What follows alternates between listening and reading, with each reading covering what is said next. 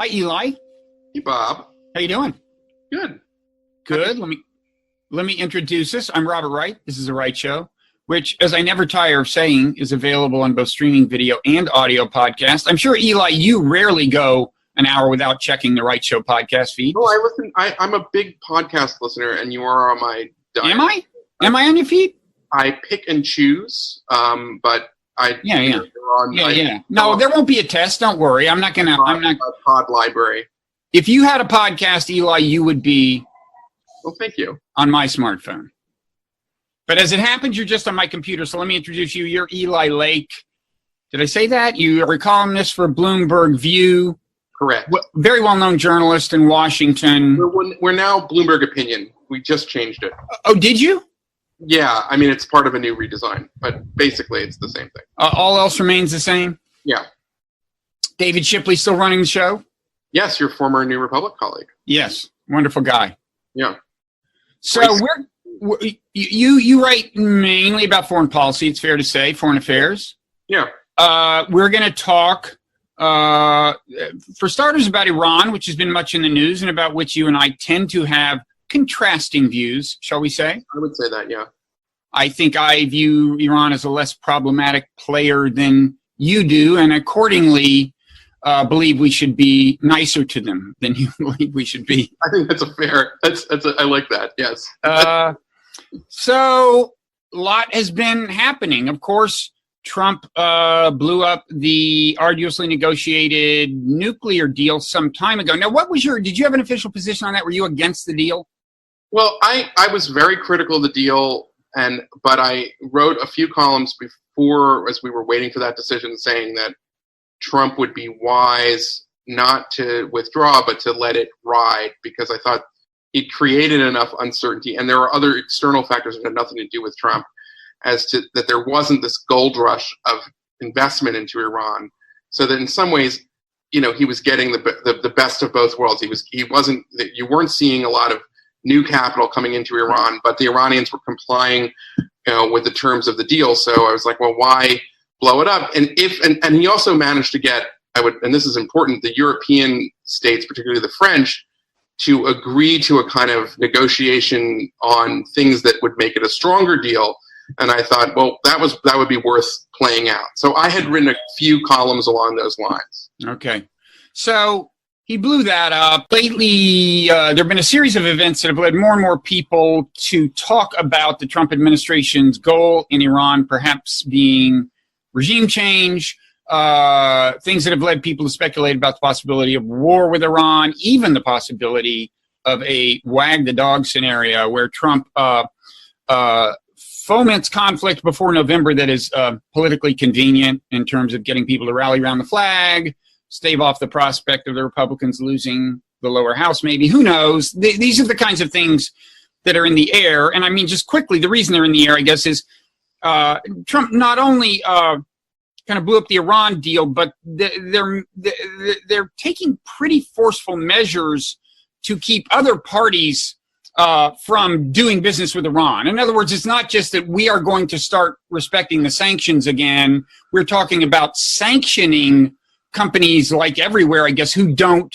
respect the sanctions that were in place before the deal. Anyway, I don't know if I have all that right, but certainly the idea is to apply economic pressure very forcefully. Meanwhile, Mike Pompeo gave a much publicized speech in which he talked about various problems he has with the regime, including the record on human rights, on corruption, on in his view, fomenting terrorism and things like that. And the surmise is kind of that the administration is very much trying to stir the pot domestically, that some people in the administration would like to see Iranians rise up and overthrow the regime, after which presumably good things would happen. I'm not sure why they're so confident of that, but of either thing, the rising up or the good things happening. And of course, historically, both Pompeo and John Bolton, the national security advisor, have embraced at one time or another in their past the idea of regime change in Iran, right? All right. Well, let me start backwards. I mean, on the point about what are secondary sanctions, so not just barring Iran from the American markets, which, by the way, they were barred under the Iran deal largely, that it would be penalizing European banks or insurance companies that did deals with Iran as well. That is what it means to reimpose those crippling sanctions. So the withdrawing from the Iran deal means that the sanctions that were suspended by the US, which because we're the most powerful economy, affects everybody else because they are these secondary sanctions, that means that they would be reimposed. And right now, the plan is that you would have a deadline, I think, of the first week in November for everybody to comply with that. And at least to date, there's no discussion of carve-outs or extensions or exemptions or anything like that. And we're already starting to see some allies or putative allies like Turkey saying that they do not intend to adhere to the sort of reimposed sanctions. So that's the first part. So I agree with you that it is very punitive, but that's what it means to get out of the Iran deal. So you're saying, let me be clear. So by secondary sanctions, we mean we not only are ourselves respecting the sanctions on Iran, we're not doing business, not buying their oil, blah, blah, blah. And we not only kind of expect other parties to do that, but if they fail to do it, then we impose these secondary sanctions on them. We attack people who fail to economically attack Iran, to put it in barred from America. Yeah, they'd be barred. Right. And you're saying that all of those secondary sanctions actually were part of the pre-deal infrastructure? Well, if you remember, I mean, a little bit of history, but there was a period, I'd say from 2011 to 2013, where the Obama administration, at the prodding of Congress, went along with what are known as these crippling sanctions. And it mainly said that any country that was purchasing Iranian oil had to stop, and you couldn't ship Iranian oil, and you had to, and then ultimately their central bank could not participate in the world banking system. Well, the reason why the U.S. had the leverage to do that was because the way the sanctions work is that any other country or bank that did that kind of business would be barred effectively from the U.S. economy. And so if you're a major insurer or you're a major bank, it's not really a choice between Iran's economy and America's economy. So that's kind of the logic of it. Although what the Obama people would tell you and other nonpartisan types would say is that it also took quite a bit of diplomacy to make those sanctions work. And so those sanctions were kind of eased a bit in 2013 when the negotiations formally began, although we know that there were some talks beforehand. And then after the 2015 deal, and once it was implemented in the beginning of 2016, then those sanctions were, I guess you'd say, suspended, because they still kind of were on the books in the U.S., but we were no longer enforcing them. And that then created what I thought would happen, which would be a kind of new gold rush into Iran, where they'd see a lot more of this international investment.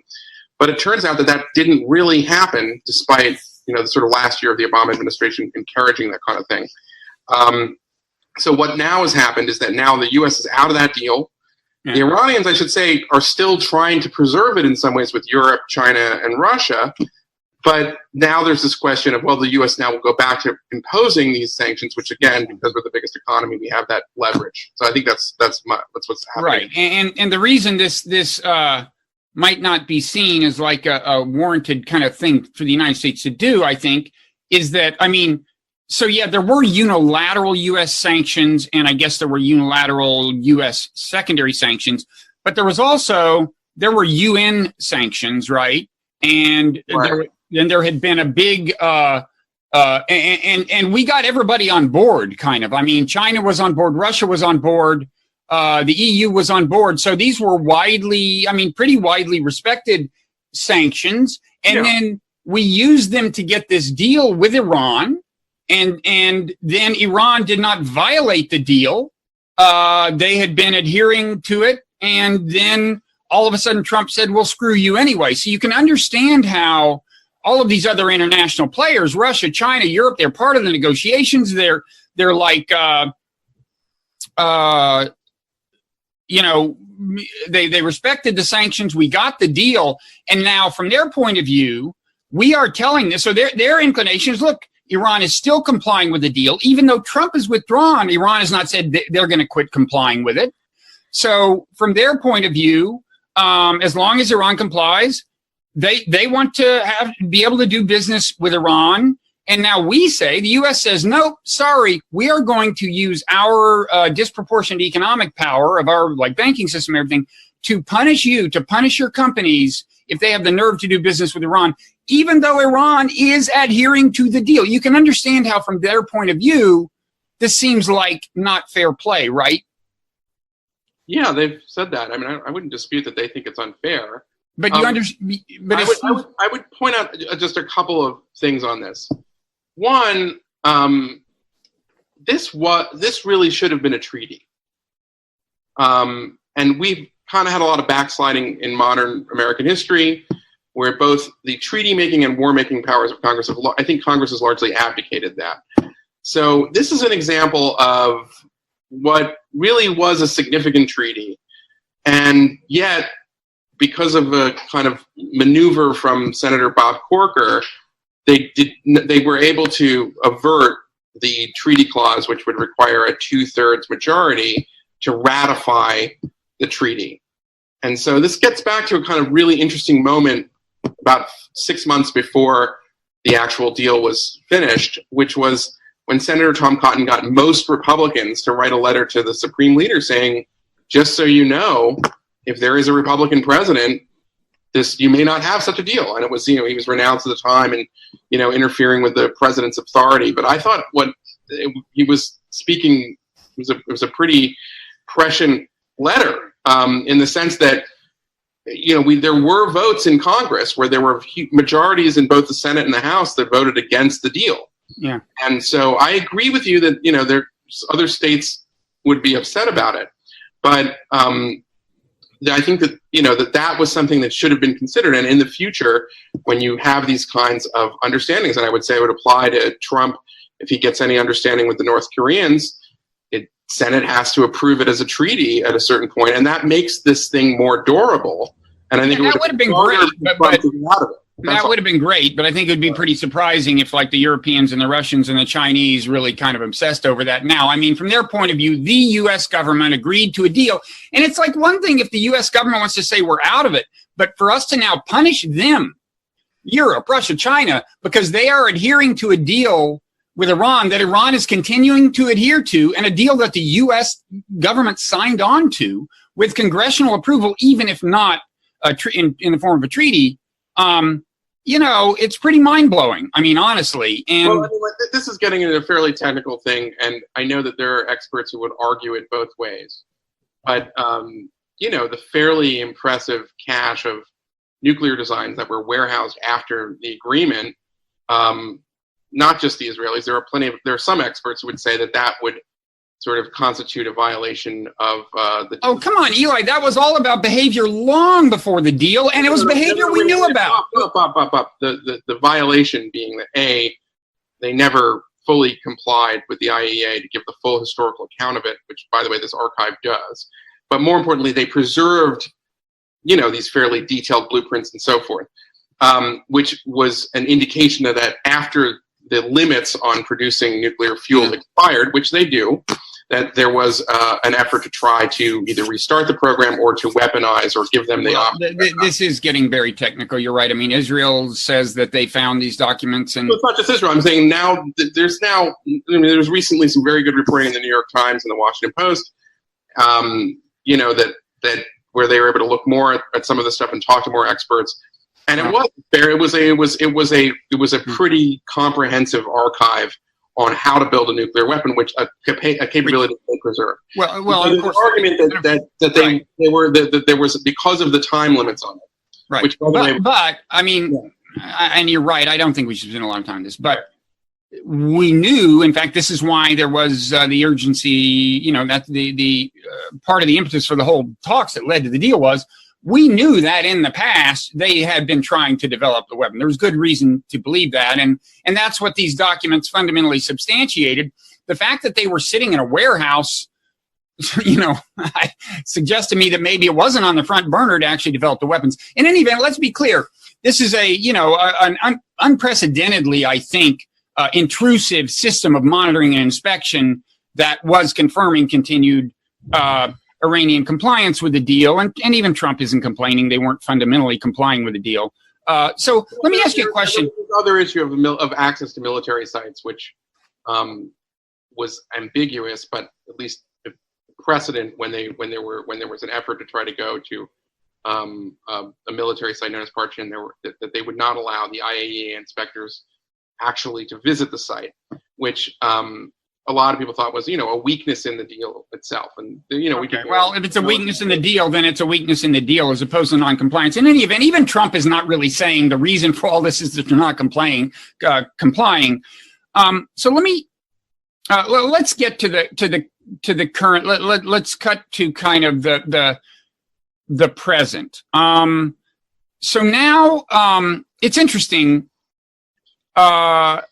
The Pompeo speech focused largely on kind of human rights issues, corruption. Like, we want the Iranian government to clean up its act internally.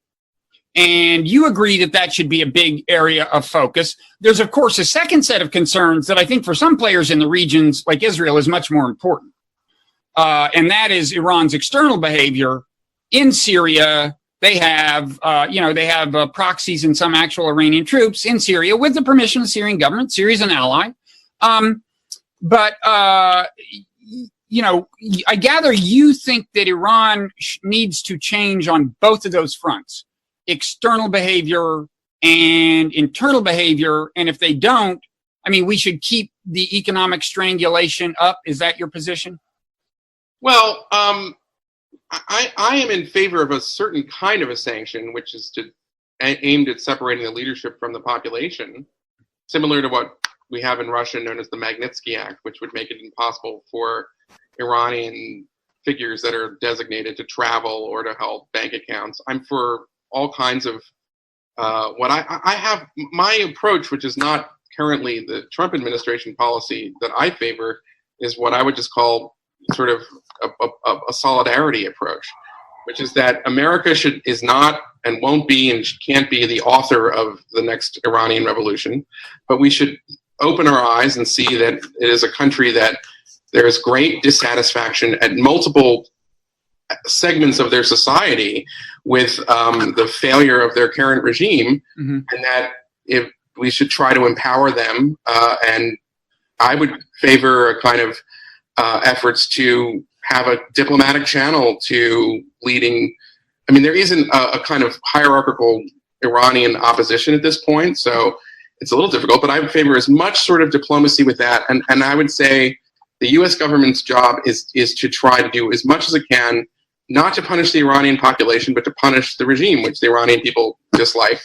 And then the Iranian people should be the lead in taking their country back. At this point, and I've done a bit of writing on this. I think the reform movement is dead, and that is not the fault of the reformers. It's the fault of the people who keep arresting them and killing them. So at this point, I don't want any deals with the Iranians. My concern is that that as Trump says himself many times, he does want to deal with the regime, and he believes that all of these tactics that they're doing right now, all of the pain that he's causing, are tactics to get them to the negotiating, similar to what we saw with North Korea, where we all remember Crazy Rocket Man and inviting the dissidents to the State of the Union, only to find that what I found a sickening display in Singapore, where you had the President of the United States saying that this tyrant in North Korea was beloved by his people, which is a lie. So my view is that I'm afraid that that's probably what Trump's thinking. He says it himself. I think Tom Pompeo takes a tougher line. I think you're right, Bolton takes a tougher line. I want to make this very clear to all of the Blogging Heads viewers and listeners out there, and to you, and I've said it many times, any notion that the U.S. should support or arm or fund the Mujahideen Khalq, aka the MEK, is a fantasy.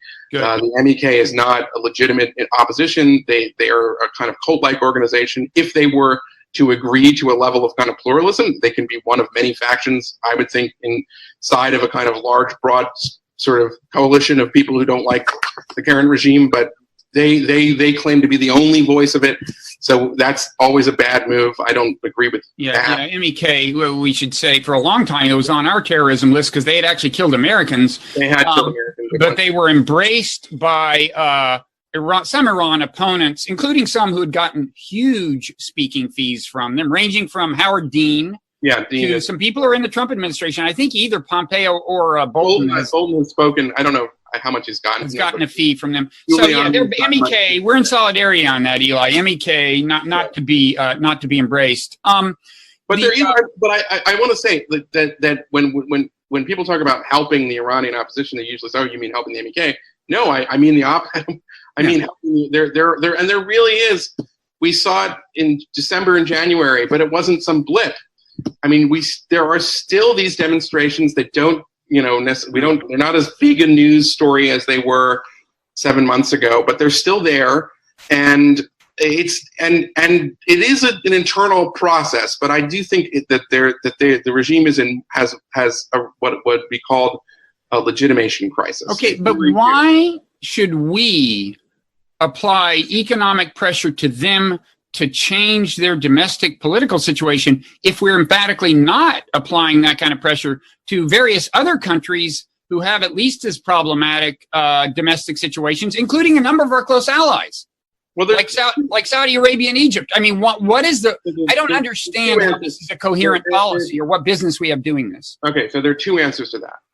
The economic pressure on Iran is not really there to address the deficits in their system that we're talking about, human rights and corruption.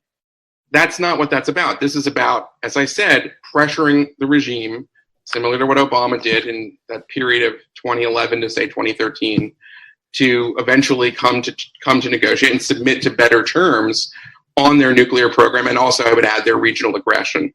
So that is. That's something I don't want to pass over lightly. I want to get back to what you're calling regional aggression, but you're right. I want to make it clear, like you're talking about this kind of economic pressure or crippling sanctions.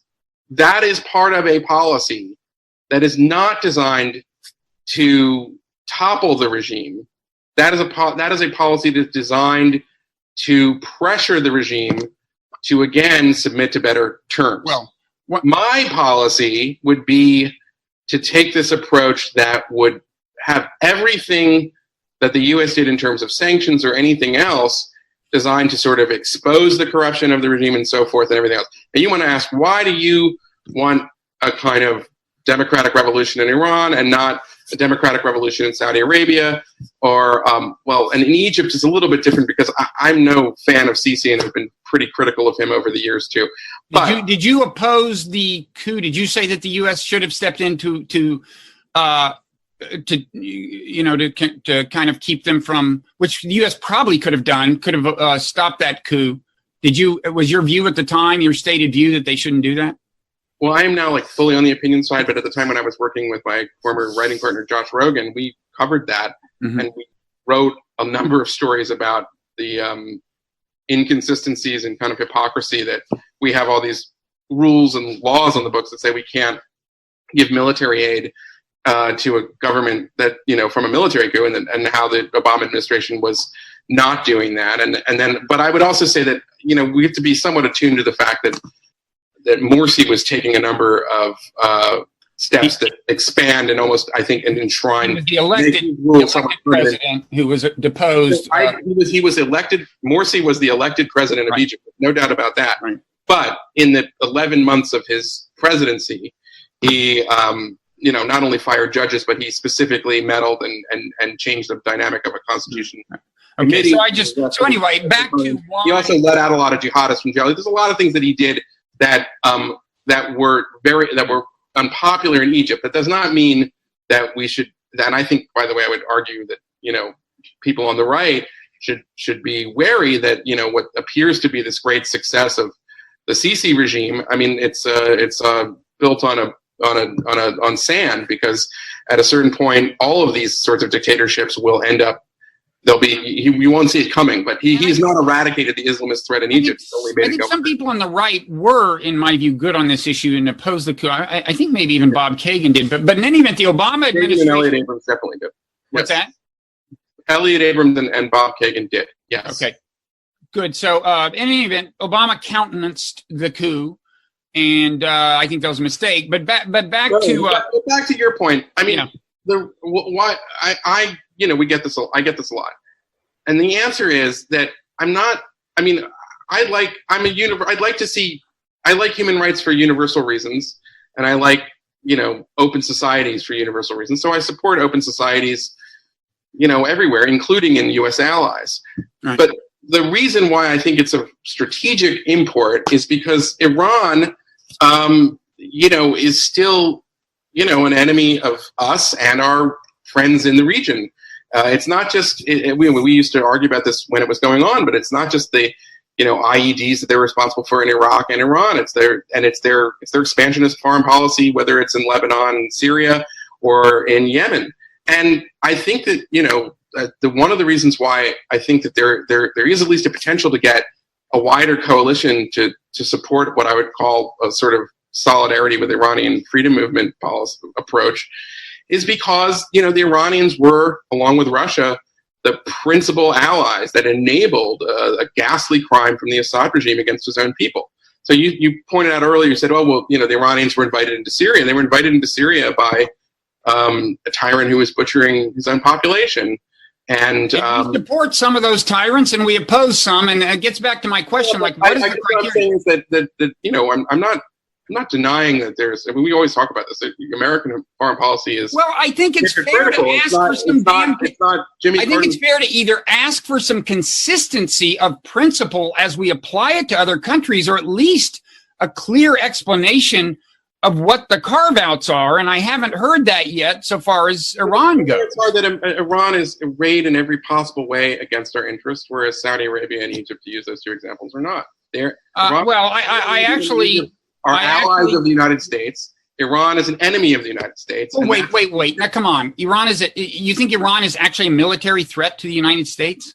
Iran is an enemy of the United States. Yes. Well, Iran, for people who don't know, the U.S. sponsored a coup in 1953 in Iran that unseated a democratically elected president, led to a very repressive, brutal dictator named the Shah of Iran. The 1979 revolution, which had a decidedly religious character and installed the current kind of series of, current regime, so to speak, although the original Ayatollah is dead, obviously, naturally, not surprisingly, had a very anti-U.S. character. We had installed the guy who was exactly the kind of guy you would hate, I would think, right?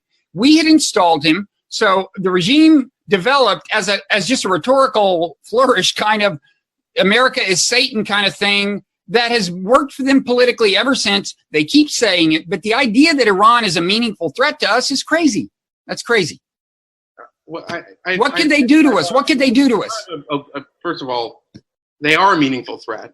What could they do to us? What could they do to us? We know that Iran was plotting, and this is not me, it's the Justice Department, as recently as, 2011 to kill the Saudi ambassador in Washington, D.C. at Cafe Milano. I think I'm not sure the evidence is as clear cut as your defense secretary said at the time. He said we had the equivalent of the Zimmerman telegram linking the Iranians to that. So that's one of numerous. They wanted to kill a Saudi ambassador on U.S. soil. That would not have been the end of our republic, even assuming we could. You said, are they a threat? Assuming, Eli, let me finish. Assuming we could connect that to the Iranian regime, as opposed to various other actors in Iran. Okay, first of all, it's not me who's connecting it to the Iranian regime. Well, whatever. Again, Department of Justice. Okay, but any country in the world, could in theory sponsor terrorism on our soil. If Iran were bent on doing that, I assure you we would have seen some of it. And we haven't seen any blowing up the U.S. Air Force. Has there ever been a single instance of terrorism on American soil clearly sponsored directly by Iran ever?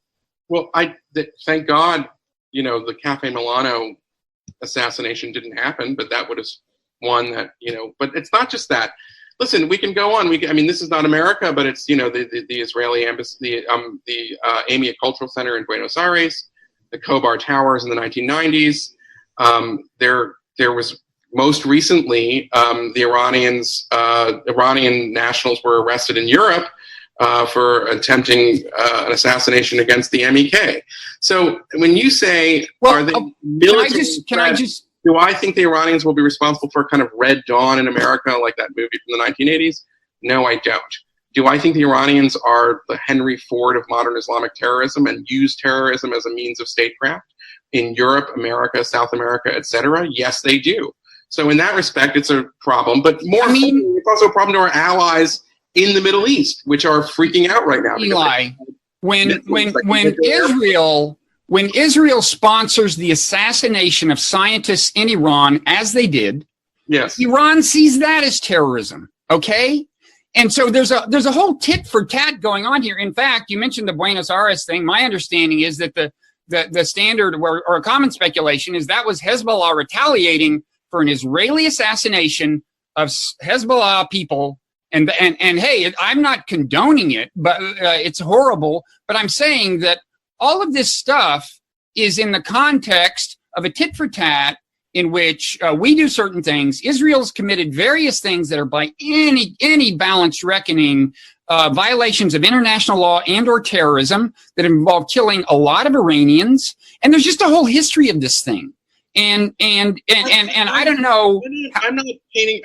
I'm aware that the Iranians see themselves in this kind of war, but I mean, who doesn't? Who disagrees? Iran is also like the great hostage-taking nation as well. And, it doesn't matter if you're a Western journalist or Western businessman. They are, the very definition of a rogue state. What's more, their current, corrupt leadership, which is, I would argue, despised by its people, hate America. They hate the United States. So I'm just saying we are where we are, Bob. Eli, they are where we are. They are not. What are you recommending? Eli, do you recommend, the idea that they're the definition of a rogue state. I mean, first of all, in order to cite some actual terrorist acts that have been plausibly linked to them, in order to cite like more than three, in order to cite more than three, you had to go back like 25 years. So hold on, wait a second. If you want to count attacks against Israel, we could. There's far more. Oh, let's talk about that. Absolutely, yeah. Because Israel has repeatedly attacked Iranian troops and or proxies in Syria, a clear-cut violation of international law, actually killed people. Iran has retaliated once or twice. Israel has done that every month in recent months, killed actual Iranians in Syria. It's a little bit different.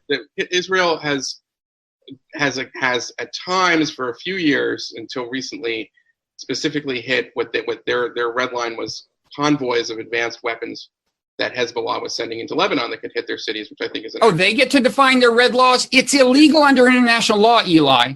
Iran was in Syria with the permission of the Syrian government. It is an act of aggression by any reckoning in international law. I just think this is crazy talk. I mean, I think that the Israelis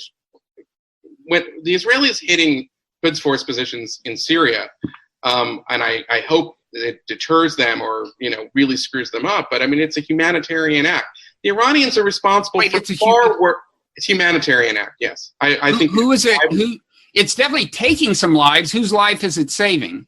The lives of the Syrians who will not be slaughtered by Iranians because there'll be fewer there. Oh no! Wait. First of all, this has been happening. Are you aware of the siege of Aleppo? Did you follow that story? That's not what the Israeli interventions were about. Come on, Eli. Eli, that's not what the Israeli interventions were about. No, wait a second, Bob. If you can do anything to weaken or deter the Iranian Quds Force in Syria after what they have been responsible for, then I think that's a humanitarian gesture. Why you should be thanking the Israelis. Well, first of all, and by the way, you should also be thanking Vladimir Putin because Vladimir Putin allowed the Israelis to hit those Iranian positions because he controls the skies in Syria. Now, for you to just sort of I think it's a very thin reed to say, well, the Syrian government invited them in. The Syrian government of Bashar al-Assad, who's responsible for what? 500,600,000 civilians who are dead. Have you seen the ways in which they were killed? Not just the chemical weapons. First of all, Eli, if you want to go back, the photographs from their prisons. Have you seen any of that? And then you here are worried about the loss of the lives of the Iranian Quds Force. This is crazy. No, I am totally crazy. You have to have some. I am totally concerned about the massive loss of life in Syria, and I think in retrospect, I mean, two things. First of all, the Israeli interventions we're talking about, a lot of them have happened since the outcome of the civil war there was decided. It's over. You can't depict these things as trying to turn the tide of the civil war. Anyone who tried to turn the tide of the civil war at this point would be ensuring that more people are killed, okay? I think that anything to drive Iran out of Syria is a good thing. Well, of course you do, because you're looking at it from Israel's perspective. That I'm not arguing that it's better if you do it through airstrikes. I mean, ideally, it would be great if they just woke up tomorrow and realized they're demoralized, they'll never win, and pack up and go home. But that doesn't happen. That's just, I mean, you said earlier it was a kind of war. Now, what are the Israelis doing? What the Israelis are doing is that they cannot have the Iranians on their border. They've made that very clear to the Russians, and the Russians have said, all right, if you want to hit them, you can go ahead and do that. I mean, I don't want the Iranians on their border either. But I mean, what if Syria says the same thing? We can't stand to have Iranian troops on our border, and we're going to hit them. Can they do that? My point, Eli, is this. The reason I keep coming back to actual international law is because you just can't have a world in which every country does what Israel is doing and says, we're making the rules, and the rules are not reciprocal. Sorry. We get to decide who we attack around here, and if anybody around here decides that they want to attack us, in other words, does in mirror image what we're doing to them, tough luck. That's just not a livable world. When did your world of like international law governing the behavior of states ever exist? Never existed. Well, there was respect for it. Of international law. Now, the best that we can hope for is that the U.S., when it does things, will make it a point to go to the UN Security Council and so forth. But it is that institution, that train has left the building. And if you want to talk about violations of international law, there are a lot of violations of international law that are right there in Syria that I think are far more serious. Or for that matter, you could just go through the list. Who invited the Iranians into Yemen? Who told the Iranians it was okay to send missiles into Yemen that can hit the international airport in Riyadh? And so I mean, are the Saudis supposed to then wait and say, wait a second, it's against international law if we attack Yemen, so Eli, if the Saudis hadn't started, I mean, that's what I'm saying. Eli, if the Saudis hadn't started bombing Yemen, no missile would have ever gone from Yemen into Saudi Arabia. Give me a break. You keep forgetting. You keep starting the clock right now. For overthrowing that particular government. So, I mean, if you're talking about violations of international law, you have the great international law violator in Tehran. I mean, let's apply it to that. My point, though, is Israel has violated as much international law as Tehran, for sure. I mean, I'm not even getting into the occupied territories and the illegal settlements. I mean, the idea that Iran has violated international law more than other players in the region, or even as much as all of them, is just not sustainable. International law, I'm talking about, not things that you would disapprove of, or even things I would disapprove of. They aided and abetted a genocide in Syria, and they're just another player in the region. What are the Iranians responsible? The Iranians are responsible for supporting the militias in Iraq that were going house to house.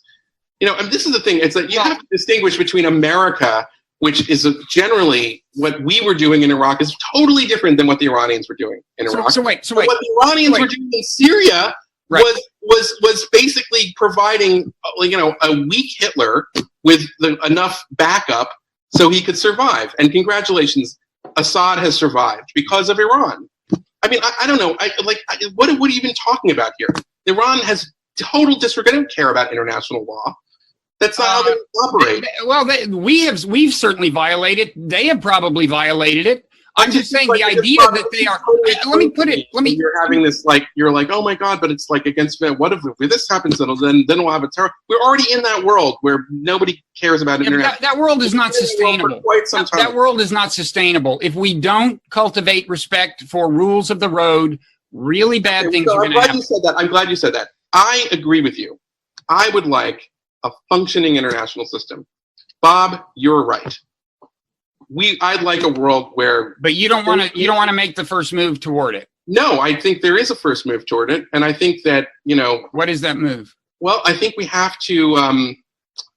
If I could quote, there's an old police song called "One World Is Enough for All of Us." You remember that?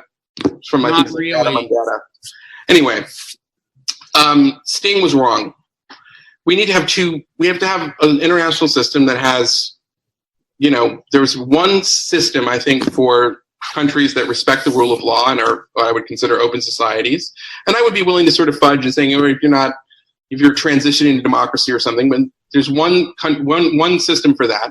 There's another system for your Chinas, your Russias, your Irans, your North Koreas, your countries that are only interested in spoiling or undermining an international system. And that's how I would.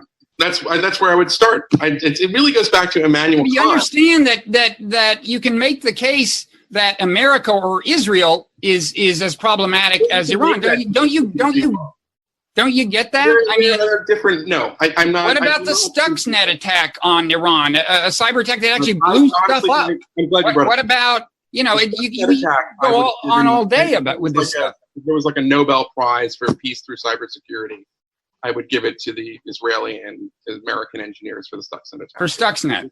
Yeah, absolutely. I mean, it wasn't enough because obviously, that they hardened their infrastructure. Okay, it was aimed at Iran's nuclear program, even though it wasn't at that point, so far as we know, devoted to building a bomb. It was just nuclear research. But let me ask you this. So let's talk about the whole premise of the nuclear deal. I think that it was a great deal, but it's interesting that we thought we kind of had the right to tell Iran they couldn't develop nuclear weapons because, after all, they could just do what Israel did, which is say Israel just wasn't part of the non-proliferation treaty, so they developed nuclear weapons, and it wasn't a violation of the treaty. Iran had the option of leaving the NPT, the treaty, at any point, developing nuclear weapons. It would have had exactly the same status as Israel.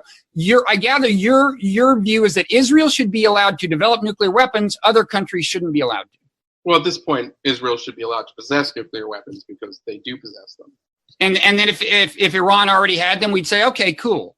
Or North Korea already has them, we say, okay, cool. The Iranians are sort of counting on that. The reason why that there's a you could argue maybe a double standard for Iran is because they're run by a bunch of fanatical anti-American. Well, Pakistan, India, same situation. I wouldn't call Pakistan a pillar of stability. I don't think Pakistan should be allowed to possess a nuclear weapon, but again, they already have one. So that's, I mean, you're identifying, the great challenge of non-proliferation is that we don't want to be forced with that choice with Iran, so we'd like to prevent them from getting a nuclear weapon. Right, and so they agreed to this deal that kept them from, getting one. But I won't go there. I would argue they agreed to a deal that limited their ability to make nuclear fuel for a kind of 10 to 20 year period, various elements of it, and gave a lot of transparency to their declared program. Yeah. But the concern that the Israelis had, and frankly, I think anyone, and even, like after they left government, there are many Obama people. I wrote a column about it. Yeah. Let me. But that said, hey, the time limits are a problem on that deal because eventually they have to deal with it. As I said at the beginning of our discussion here, my view was that let it ride, and because I think that there are a lot of reasons why people don't want to invest in Iran right now. That start with the legitimacy question, which I think is a far more poignant one with them.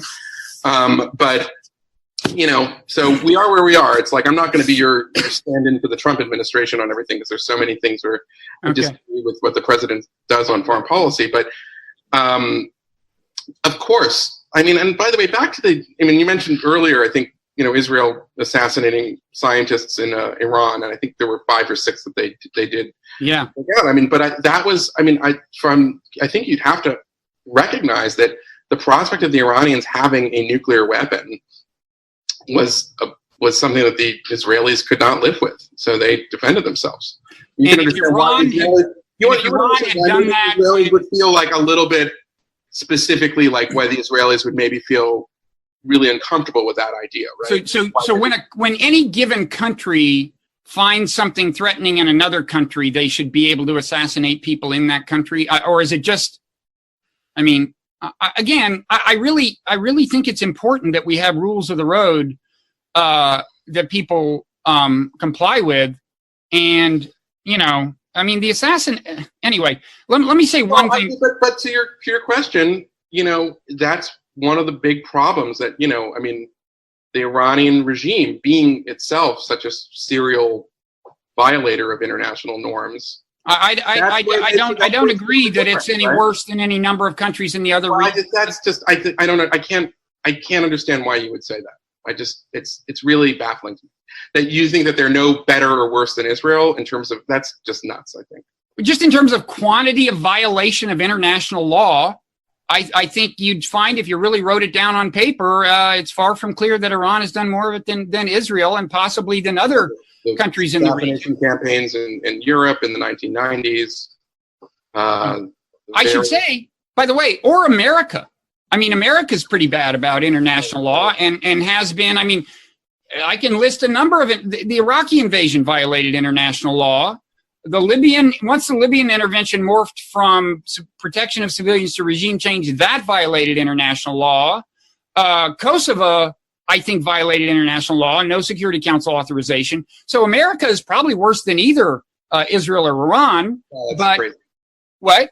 I mean, in terms of quantity and magnitude of like clear-cut violations of international law. And we should say that, international law was built up in the wake of World War II with a lot of actual emphasis on national sovereignty. The emphasis originally was on preventing trans-border aggression. And the basic idea is we don't let countries meddle in the internal affairs of other countries. We're trying to prevent war. We're not trying to prevent oppression. That's not what international law was really about from the outside. You would like it to be more about preventing oppression. It has evolved somewhat in that direction. That's all true. But, this leads me to one thing I want to say about Syria quickly. I mean, you're right. Assad is a terrible person who's done terrible things. I personally think, first of all, I think it's clear that, well, let me just say, I think we and our allies made things a lot worse in Syria than they had to be. There was a protest movement that was brutally suppressed by Assad, ruthlessly suppressed in horrible ways. I think that was probably going to be about the end of it had arms not started flowing into Syria, largely from us and our allies. So I think we turned this into a full-fledged, massive civil war that led to hundreds of thousands, I guess, of deaths. What, 1 million? You tell me how many refugees. It's been a disaster, and I think that was clearly an intervention in the affairs of another country. That I'm not sure that was a violation of international law, but I think what it leads me to say is the following. You're right. Assad's horrible. It's clear that Sisi in Egypt, whom we support, is just as horrible because we know what happened when, after the coup that put him in power, Egyptian citizens protested peacefully, not even remotely near any kind of armed protest. His men just gunned hundreds of them down, killed them. So we can say safely that if somebody had funneled in arms to support them, he would have done things just as ruthless as what Assad did. But then we'd be on the other side of the story. We'd be against the people who were funneling the arms in, because this is our ruthless dictator. And I don't know why you have to twist and bend over backwards.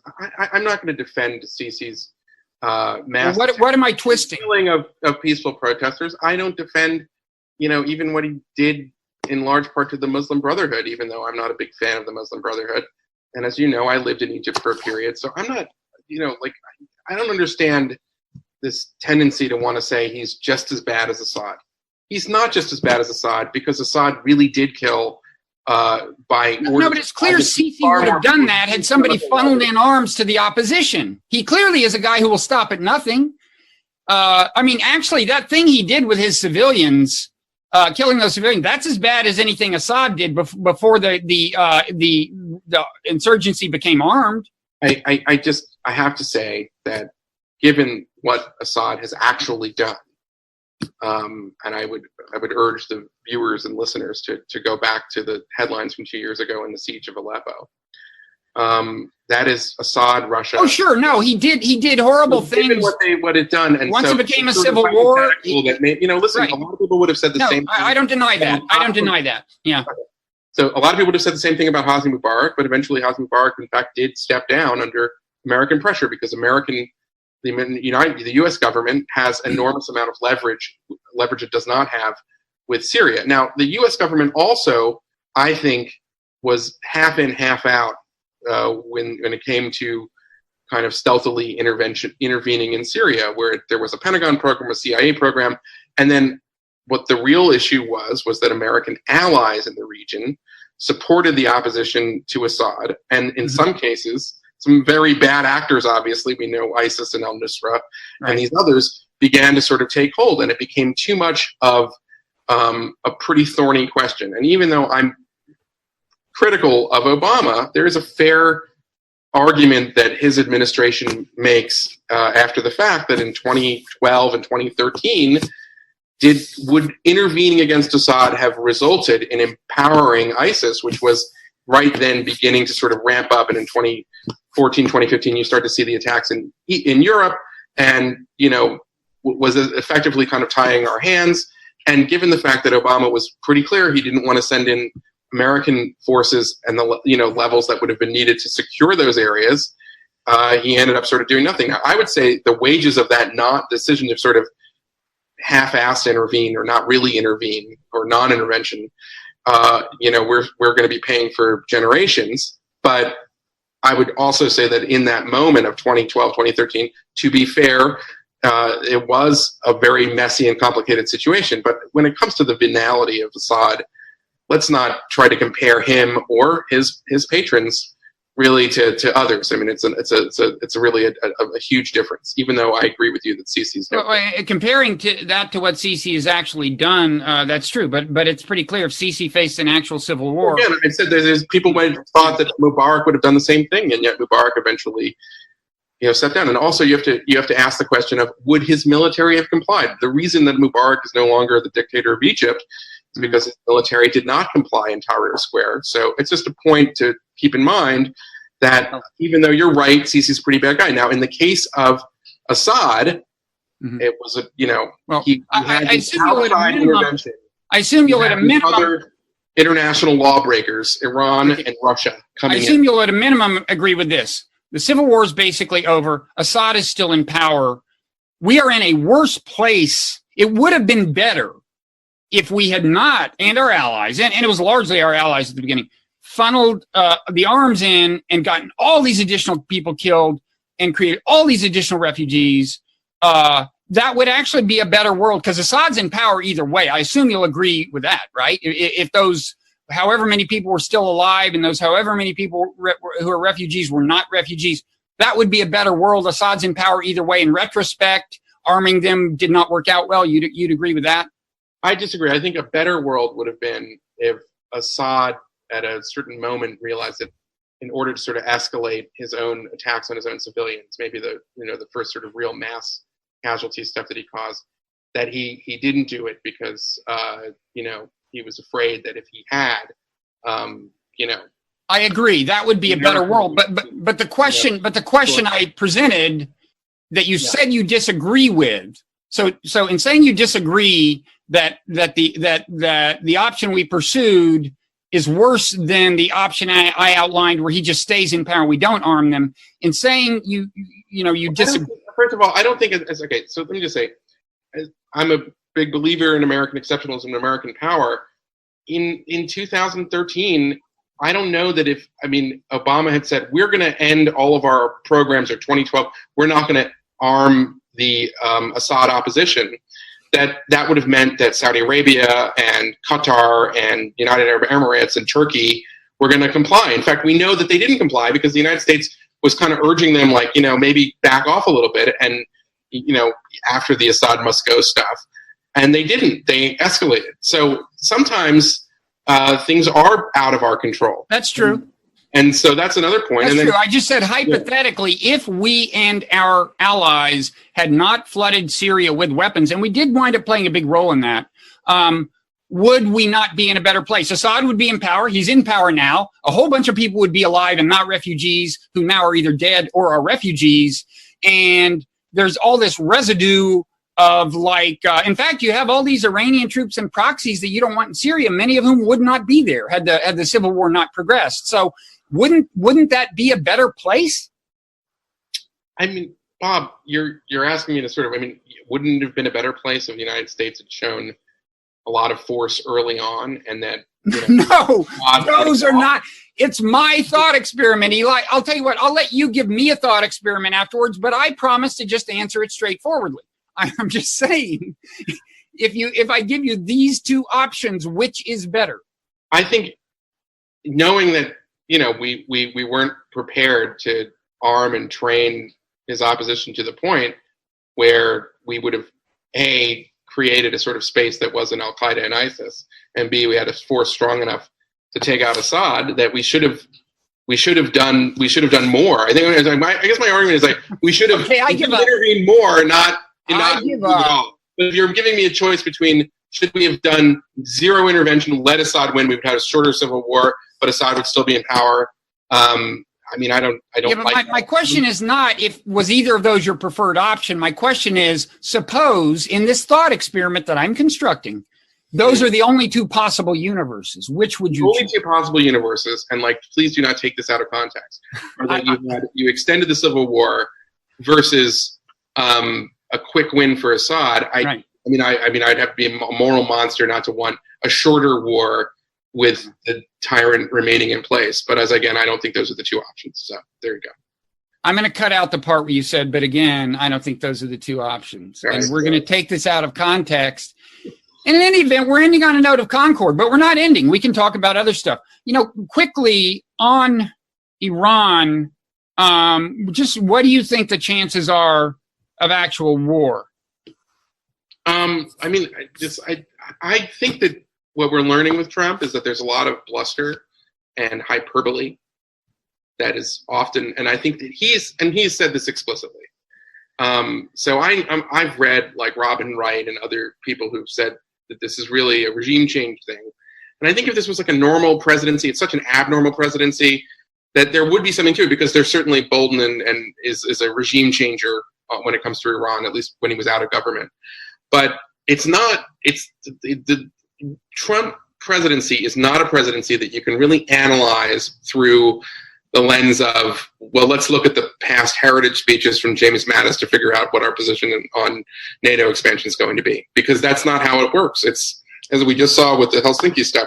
So he constantly says this, and it seems he says, I know they're going to have a lot of pain and consequences like they've never seen, but I think after some time they could come back and we could strike a deal, because he loves negotiating deals. That's what Trump likes to do. This is your fear.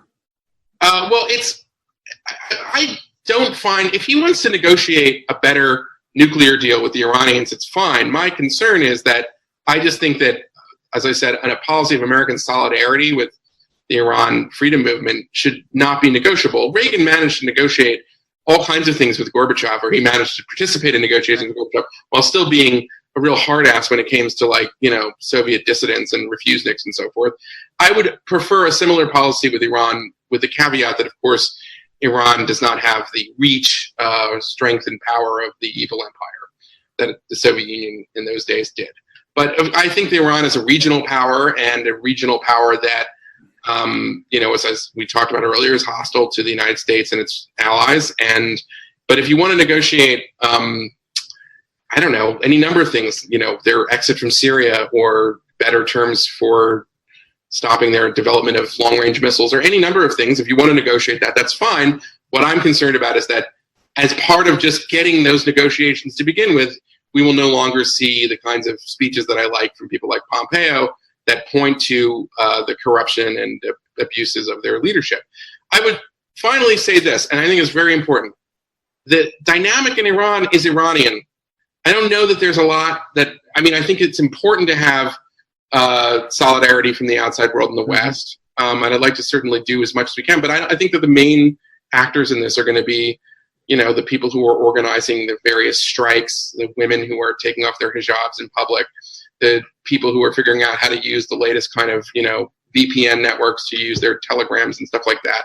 Mm-hmm. That's where we're going to find out who wins and loses. And I think in the end, I don't think that the regime can sustain. I'm not making a prediction, but I think over time, they're not going to be able to hold on to power. I think the Iranian people are sick of it, and it's not just the students, which we saw in 99 and 2009. It's so many other vast segments of the society at this point that are just sick of it, that, I think we will find. I think what a lot of them are actually protesting is economic conditions, that's for which we are partly responsible. I mean, Trump was actually undermining the economy long before he got out of the deal by sowing uncertainty about the consequences of relaxing the sanctions and actually doing business with Iran.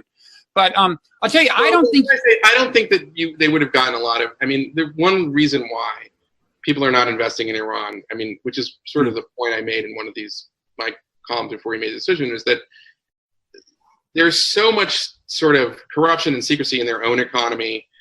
Plus, there is a bad tendency of occasionally just, arresting various dual nationals who so many of these international corporations rely on to open doors for them. I mean, we should mention Siamak Namazi and his father.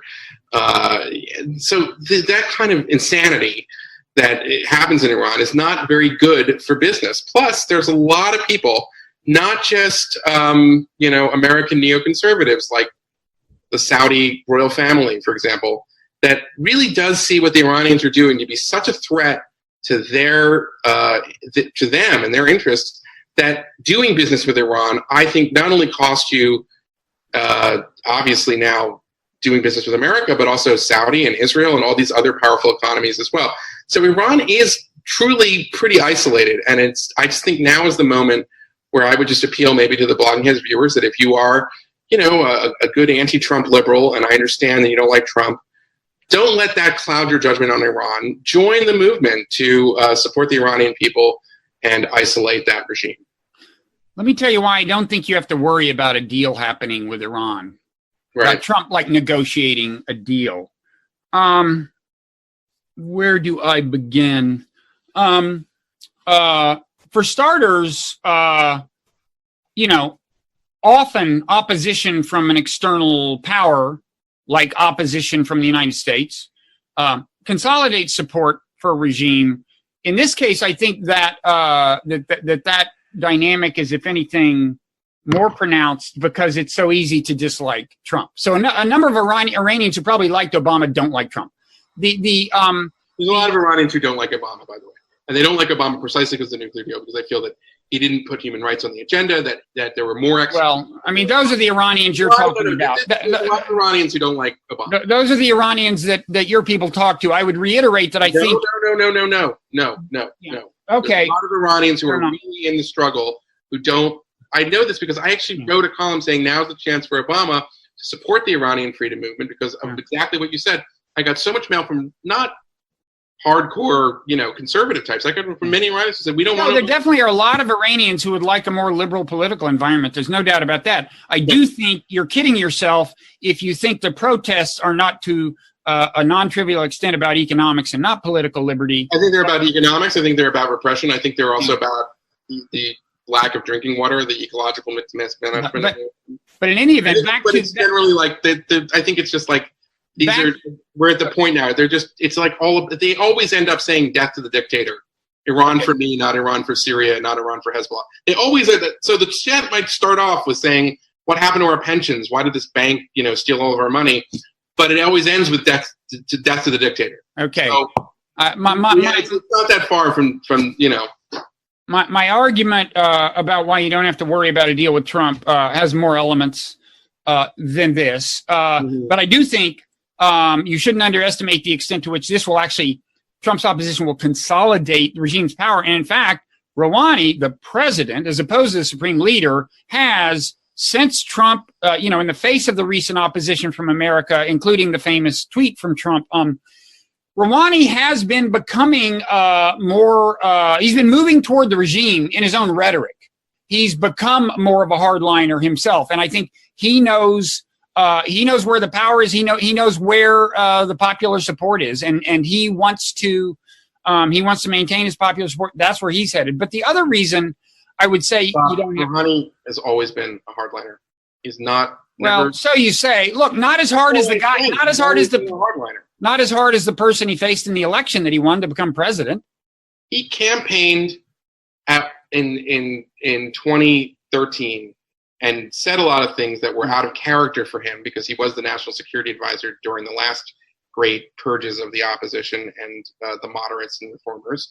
But fair enough, there was a moment, maybe a window, where he said, listen, I'd like to free more political prisoners. Not only has he not freed any of the political prisoners, and the leaders of the Green Movement remain to this day under house arrest. Right. There were more executions, state executions under Rouhani than anyone else. Saying, oh, but that's just the hard lines in the judiciary. But the point is that, yes, I agree. The presidency in Iran in a lot of cases is powerless.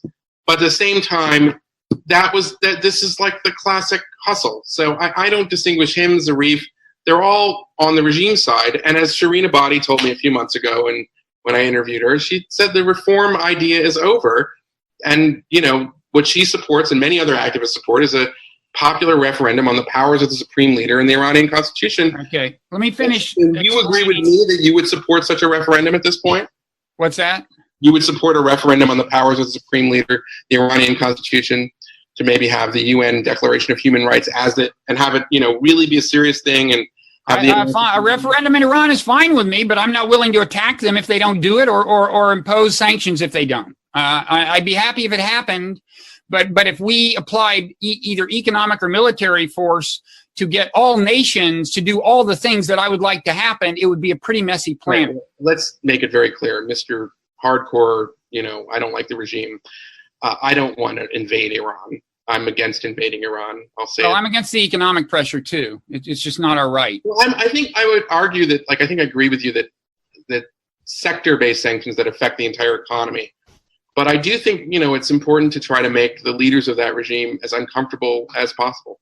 Okay, but let me finish. As for one, it's not going to be a deal. I mean, also in Russia, I want to try to really, separate and make it very difficult for them to spend money abroad, travel abroad, send their kids to Western universities, that kind of thing. Okay, can I finish making my case that there's going to be no deal? Okay, I'll tell you when I'm done. All right. First of all, for the regime to even to do the minimal Trump wants, which is a renegotiated nuclear deal, to do it in the face of the kind of rhetoric and pressure you've gotten from Trump, given the fact that Iran stuck with the deal, for them to cave under this pressure would be such a huge loss of face domestically that on those grounds alone, it's almost certainly not going to happen. But beyond that, let me finish. Beyond that, we want all these other things. It sounds like you are not emphasizing as much the restrictions on their missiles, although they're not building missiles that violate any rules or treaties or anything. I mean, other countries get to develop ballistic missiles. But anyway, we think it's our right to say, no, you can't do that either. And we think it's our right to say, no, you can't have your troops or proxies in a country that has invited them in. We think it's our right to do that. In any event, Trump wants to, I think he wants to bring that into the deal. He wants them to cave on those fronts as well, in terms of ballistic missiles or their behavior in Syria. And let me just quickly punctuate this to say, I'm sure you probably read and certainly disliked this piece I wrote for The Intercept, arguing, among other things, that Iran's behavior toward Israel can be seen as fundamentally a matter of deterrence and defensive posture, and the idea that they would launch some kind of unprovoked attack on Israel is probably wrong. Anyway, we can link to that piece, but that is relevant to this business of whether we should be telling them, you've got to get your troops out of Syria, even though the Syrian government wants them. I mean, first of all, Syrian government sure doesn't want to lose them. It's still feeling pretty damn insecure, not surprisingly, given the fact that everyone around it tried to unseat it. So it wants the Iranians there. The Iranians want to be the idea. And then there's the human rights issues that I don't know if Trump plans to make them part of the negotiations. But I will say that these matters of its external behavior, ballistic missiles, troops in Syria, Trump will be under a lot of pressure from Israel and Saudi Arabia to include those, because those are more important than the human rights thing in Iran, and in some ways as important as improving the nuclear deal. So Trump is just he's going to be asking for a ton of stuff, I think. Now he may just manage to paper. I don't think he's going to be able to paper over it the way he did in North Korea and get some kind of vague language and declare victory. And I think even there, it's going to slowly become clear that he didn't get much. But so I think there's going to be no deal. The regime is going to hunker down, probably survive. If necessary, they will brutally repress if there's a true insurrection. But in any event, I don't think they're going to negotiate a deal. And that's why I worry that, there actually could be a war because, there are a lot of slippery slopes there, Yemen, a lot of things that could lead to conflict. But in any event, I don't think you need to worry about Trump actually reaching a deal with Iran.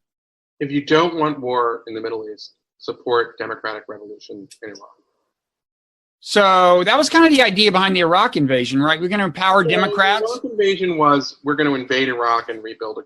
And I don't think that that's realistic. What I do think is realistic is what is worked before in terms of these transitioning dictatorships to democracy, and that are these people power movements, which are very hard to predict.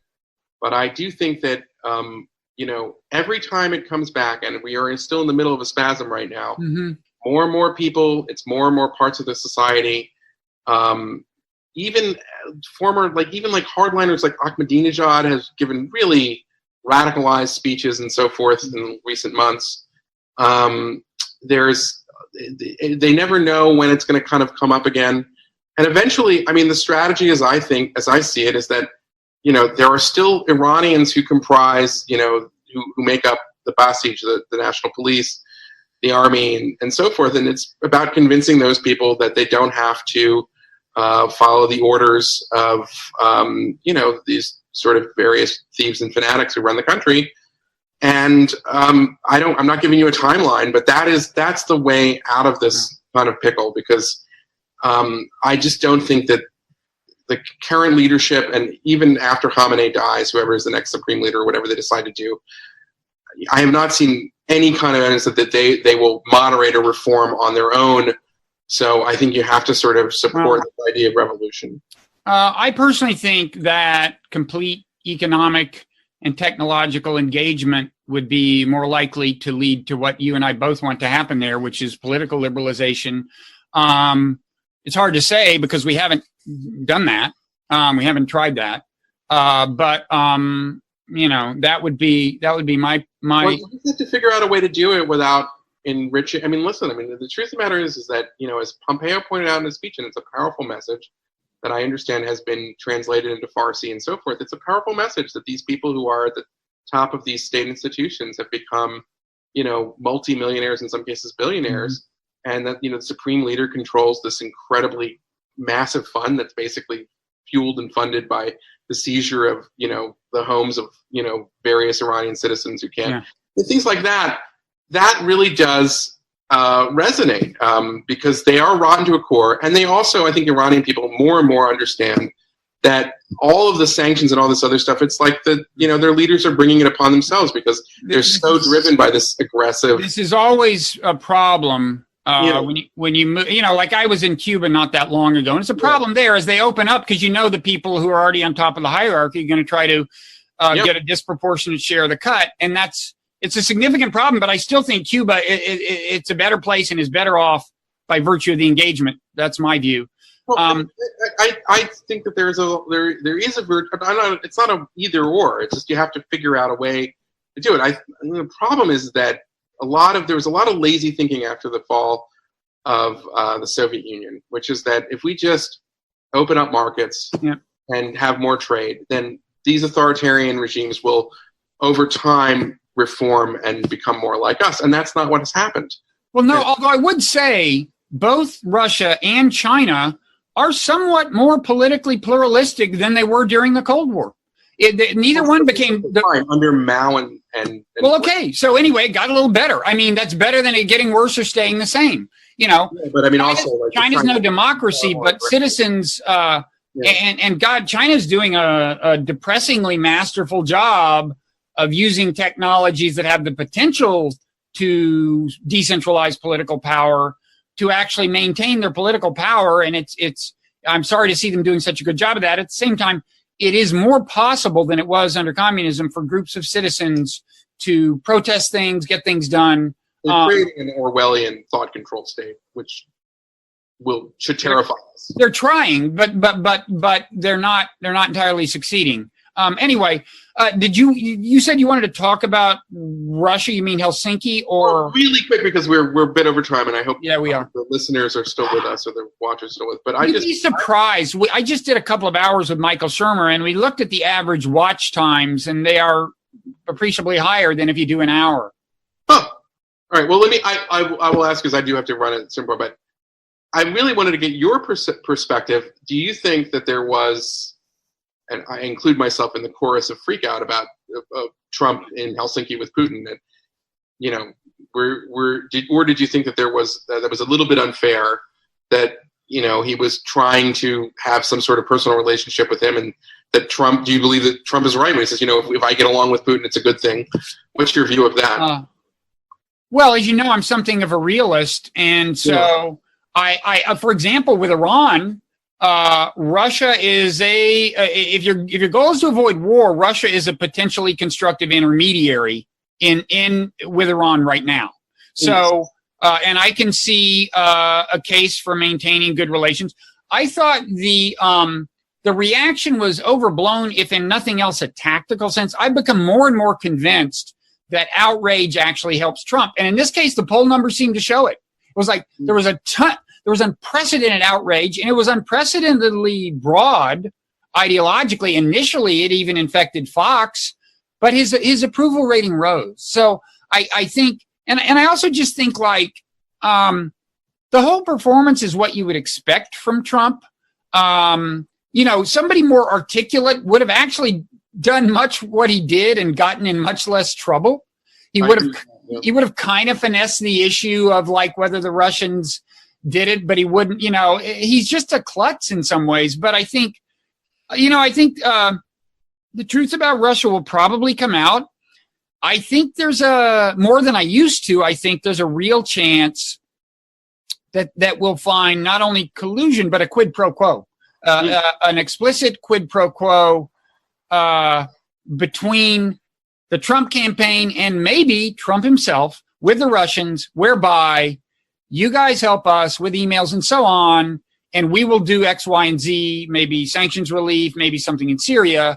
I'm giving that a higher probability than I used to, but in any event, I think... so far, by the way, no quo for the Russians. What's that? There's been no quo for the Russians. So far, that's...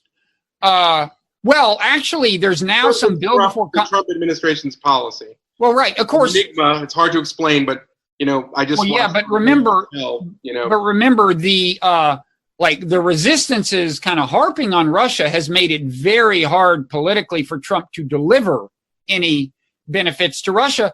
But even so, I mean, he ain't given up. I mean, apparently there's a bill before Congress now that gives him some room to alleviate sanctions on Russia. And clearly, he's still trying to work... Until last year, yeah, it was understood that any president could waive sanctions. In fact, we would not have had your cherished Iran deal had that not been the norm, that presidents can waive sanctions. It's part of their responsibility as the commander-in-chief and to make foreign policy. And even though I think Congress should assert its role in treaty making and war making, that right there is something that is pretty clear, that if the president wants to waive sanctions... No, you're right. There hasn't been much in the way of quo. On the other hand, again, there's been huge political pressure on Trump not to deliver it. And he does seem to keep kind of trying to bring the Russian regime into the realm of legitimacy. But I personally, my view is much too much emphasis has been placed on this. I think to call what he did treasonous is nuts and counterproductive. And there's been way too much like 1950s McCarthyite kind of hysteria about Trump and Russia. It's not productive. It's I think counter to liberal values in certain ways. It's xenophobic. It's this and it's that. And the truth will come out. We'll see. And as you know, I am partial to whataboutism. So I would point out that even in the worst case, I mean, even given what is pretty clear Russia did in our election, that's not qualitatively different from some stuff we've done in elections. And so on those grounds also, I would say, there's a limit to how hysterical we should get. And I'm curious but do you think it's like calling yourself the resistance? I understand it's a brand and it's not, but like, isn't that, I say this as somebody, by the way, I'm more critical of Trump's embrace of Putin, I think, than you are on a lot of grounds. I suspect you are. I'm relatively non-critical. Right. But I just think if there isn't a chance you're going to be captured, you don't get to call yourself a resistance. And this is the first resistance in the history of resistances to align itself with, like the national security state. Well, that's yeah. Well, you and your comrade in arms, Glenn Greenwald, are singing the same song here. Well, I depart from Greenwald on a number of things, and oh, really? I hadn't noticed that. I'm saying Glenn and I disagree, but on this one, I just find it like it. First of all, impeach the guy for something he's done as president, and if you want to impeach him, you're going to have to persuade Republicans. If you are in a resistance mode, that we have to do whatever we can, right? You're not going to be able to accomplish your political aims of either defeating him in an election or impeaching him. Now, it's probably unfortunate labeling. And it's like kind of an insult to the history of resistance to call yourself a resistance when really it's just a branding of, that you really, really don't like Trump and you think it's not normal. And I kind of agree with you that I think that one way to understand Brennan's sort of talk of him being a traitor and everything is that the Trump style of a kind of, a lunge and hyperbole and this toxic rhetoric has infected his opposition in some degree as well. As often things happen in politics, which is that you have this one guy who, because that's what Trump does. Trump says, the press are the enemy of the people. I hate that. I'm part of the press. That's disgusting. That's such a crazy over the top thing to say. But then it's like, now we're getting this point where like, it's like Democrats are like, well, we got to fight fire with fire. And that you want to destroy norms, that's the way to do it. No, I totally agree. If I'm ambivalent about the resistance branding, it's because I have, in one sense, bought into it. After I developed this idea that the resistance was overdoing it on several fronts in a counterproductive way, I started this thing called the Mindful Resistance newsletter. I wrote a piece, partly because I'd written this book on meditation, but I also meant the word mindful just in a plain English sense of like, sure, resist, but do it carefully, deliberately, mindfully. And so I've now got this brand. I mean, the newsletter is on summer hiatus, but it'll be back in September. Right. People can subscribe. I'll subscribe to that. It's mindful resistance. I've started like finally in my 40s to like understand the value of meditation too, which I think is. You're meditating? I'm really just beginning. In fact, I'll read what you've written about. I'll get your book and read it because I find you should read my book, Eli. Yeah, I will. It will. By the end of it, you will be not only calmer but a big fan of international law. No, I don't think you will, but you'll be calmer. I want to be calmer, but the last part, no. No, yeah. Don't worry. I don't mention international law. I went a whole book about Buddhism without once mentioning international law. So wait, was there one more thing I wanted to, anyway, mindful resistance. We got our big perennial disagreement out of the way, and now we're sort of in we're approaching. We're buddies again, man. Yeah. So anyway, if you're going to sign up. Can I ask you a final question on this, and then we'll wrap it up? Yeah. Okay, my final question to you is, do you fear that we are really on the verge of transitioning out of being a republic and into something more authoritarian? I hate using the word fascist because it does have such a historical connotation. Yeah. But do you think that we're in danger of losing our constitutional republic at this point? I wouldn't put the danger very high. I would say Trump is the kind of guy who would take what he could get. Yeah, I think that's right. He doesn't even understand where the bright lines are that he would be crossing. He doesn't care anyway. He would do pretty much anything. So he is himself a potential authoritarian. I think you'd agree that the Republicans have not been altogether inspiring in the way they have reacted to some of his norm violation. Maybe you wouldn't, but that's a source of concern. That said, I'm not putting the chance of losing the republic at over 30% or anything right now. I mean, Wright and Tim Snyder, is one of my favorite authors, but maybe they're over torquing it a bit. I think there's a little of that, and I also think there's the danger in getting so overwrought that you wind up playing into his hands, which I think we agree has to some extent happened. Right. So people can sign up for that newsletter at mindfulresistance.net. They can follow you on Twitter at, not surprisingly, at Eli Lake, right? Yeah, I mean, I'll tell you what I struggle with is that I have written pieces that have been kind of critical of the same things that we agree that we're critical of on the resistance side, some of the neo-McCarthyism and things like that. But recently, I just feel that, he's the president, and you need to focus on the main thing. So, Democrats are out of power right now, and I do think that in American politics, we afford a little bit of leeway to the party that's out of power. So, I did not spend a lot of time tracking down birthers in the Obama years, in part because I was like, well, Obama's the president, and the leaders of the Republican Party don't buy any of that crap. And then we got a birther as president. But I'm just saying that it's sort of like, I feel that now we're 1.5 years in, Trump's the president, you got to focus on Trump. And you can't just kind of take this view that, I'm going to be the voice that, you should probably criticize both, but that's what I struggle with. And then when I saw, and the Helsinki thing, not just that, I didn't like the Singapore summit either. And I don't like it and I'll just leave it on this because you'll see, I'm really just a softie. I really despise the fact that he riles up Americans against, what are largely very hardworking Latino people who are here working in our kitchens and things like that. And like the vast majority of them, very many years ago when I just got out of college, I worked in a restaurant.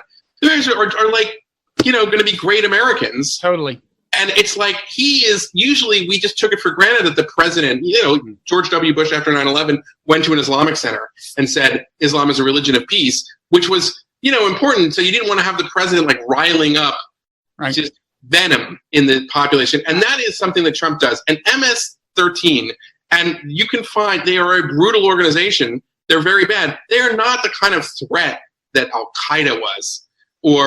So by emphasizing, making this big thing and like saying, I'm going to talk about this, it is in a way making it, I think, very difficult, particularly for Latinos in America, which I really, that is something that's pretty awful when it's coming from the president of the United States. We always, there's always going to be senators and lawmakers, you're going to find somebody who gets elected who's going to kind of, talk like that kind of brash George Wallace. Yeah, I mean, he naturally appeals to, almost instinctively appeals to the worst in human nature. And that's bad. The xenophobia, the bigotry, but to get back to the sometimes excessive volume of the resistance, I think it makes it even, to the extent that he fears actual impeachment, it gets actually even worse because he says, well, to avoid impeachment, forget about winning election, I got to hang on to my base.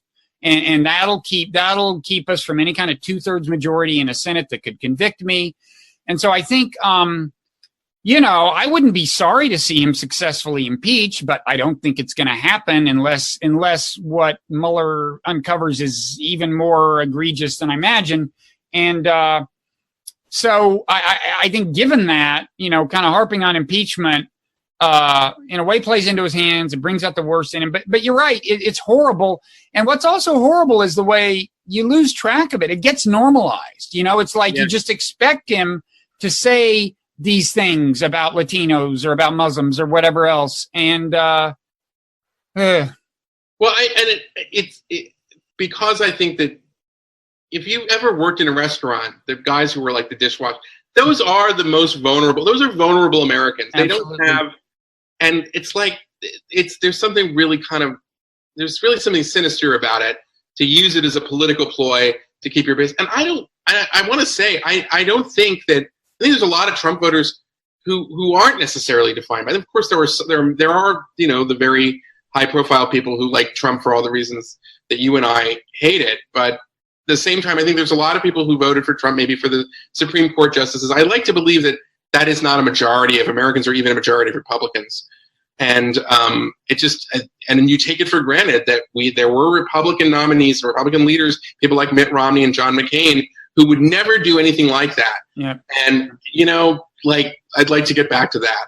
And look, nations have a right to control their borders. I mean, That's I think true. a wall is like a symbolically horrible thing. But the idea that you could have a less permissive immigration system wouldn't by itself kill me, as long as it weren't some kind of like ethnically biased or various other things. But I mean, the idea of controlling borders, that doesn't kill me. But you don't have to use this kind of rhetoric to take that position.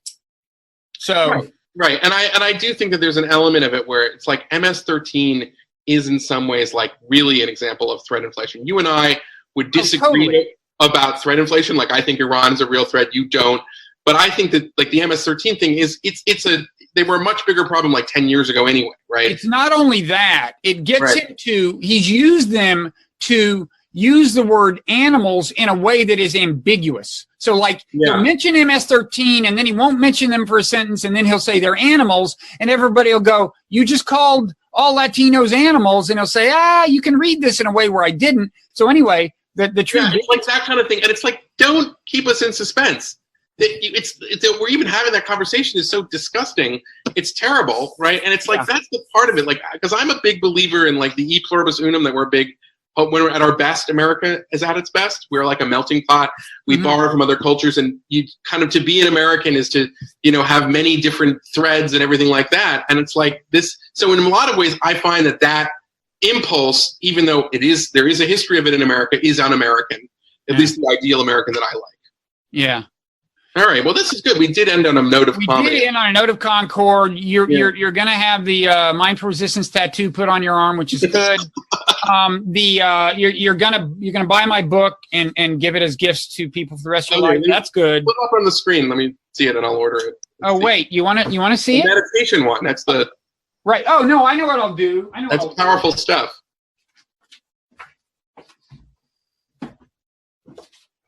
Here you go. Oh, whoops! That's the French version. Oh, fabulous! There it is. Wow! Why is that the one? Why Buddhism? What's that? What is the name of it? Why Buddhism? Why Buddhism is true. Okay. Wow. That's I know. It worked sales wise. I know it's annoying. So, and also during the more heated moments of our conversation, I think we should emphasize that whatever either of us may have said, neither of us is a terrible person. Oh, yeah. But that's obvious. We've been doing this now for quite some time. You never know. People may take something out of context, like that thing I'm going to take out of context that you said, for example. Right. No, but I mean, like, we've been doing it for a while, and this is one of the reasons because I've been the blogging heads for a while. I come back, less frequently now, but one of the reasons this is such an important thing, especially in these times, is that, it's important for people who disagree, with integrity to debate. It's like, why can't we do that? Totally. That's what blogging heads has been. Very unresistance or un-MAGA thing that we're doing right now. No, you have long been an important contributor to this this atmosphere of honest, frank, and yes, sometimes heated dialogue. Right. All right. We always end as friends. We do. Sometimes it's actually ended on a slightly more heated note than this, but never, true animosity. This was really good. I'm glad we did this, and I thought it was. I hope the viewers and the listeners like it. Okay, so we should do this at least once a year, if not more frequently. Yeah, we should do it. I agree. When something comes up, you've committed to that. Okay, good. All right, good. All right. Take care, Eli. Thanks. You're gonna push.